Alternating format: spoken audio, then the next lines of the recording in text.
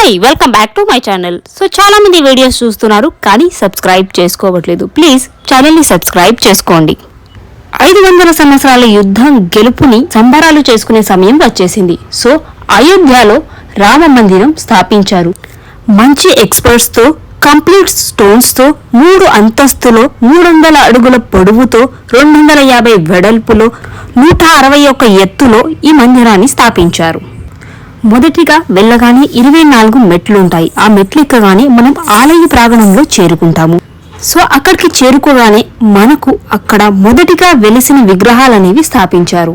మొదటి అంతస్తులో శ్రీరామవారి విగ్రహం సూర్యకిరణాలు పడేలా భక్తులు దూరం నుంచొని దర్శనం చేసుకునేలా విగ్రహం అనేది స్థాపిస్తున్నారు.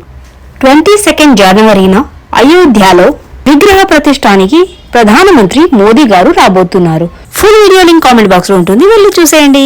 సబ్స్క్రైబ్.